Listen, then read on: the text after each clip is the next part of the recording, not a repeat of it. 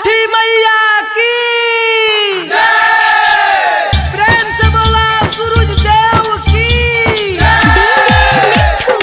DJ मिट्ठू राजा पटसोनी।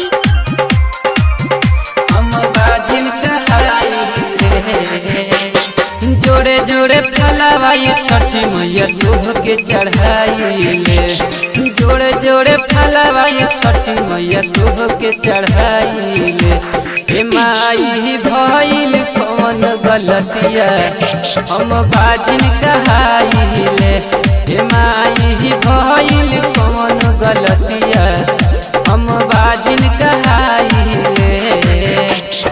जोड़े जोड़े फलावा ये छठी मैया तोह के चढ़ाइले। जोड़े जोड़े फलावा ये छठी मैया तोह के चढ़ाइले। हे माई भइल कौन गलतिया हम बाजिन कहाइले। हे माई भइल कौन गलतिया हम बाजिन कहाइले। बाजिन कहाइले। राजा पटसोनी।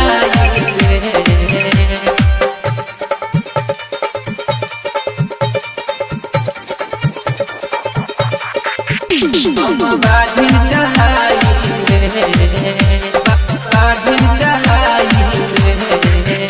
अरे गौआ मोहल्ला सभे मारे लताना हो मारे लताना।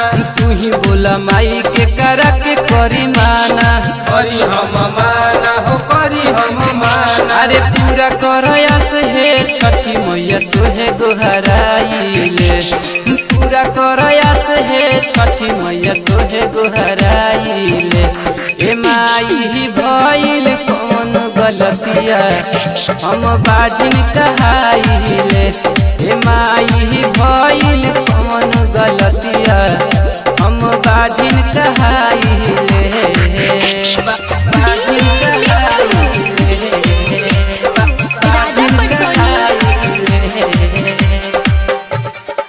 Mix by Raunak studio Bhawani Mor Pachrukhi Irfan नगर। हम बाजिन कहाइले। बाजिन कहाइले। हो छठी माई अब दुख न सहाला। दुख न सहाला हो दुख न सहाला। लाला ना के बिना अब रहलो न जाला। रहलो न जाला हो रहलो न जाला। सुनील गोस्वामी कुलफी से भजन गवाइले। विवेक परवीन राहु से भजन गवाइले। हे माई भइल कौन गलतिया हम बाजिन कहाइले। हे माई भइल कौन गलतिया हम बाजिन कहाइले। जोड़े जोड़े फलावा ये छठी मैया तोह के चढ़ाइले। जोड़े जोड़े फलावा ये छठी मैया तोह के चढ़ाइले। हे माई भइल कौन गलतिया हम बाजिन कहाइले। हे माई भइल कौन गलतिया हम बाजिन कहाइले।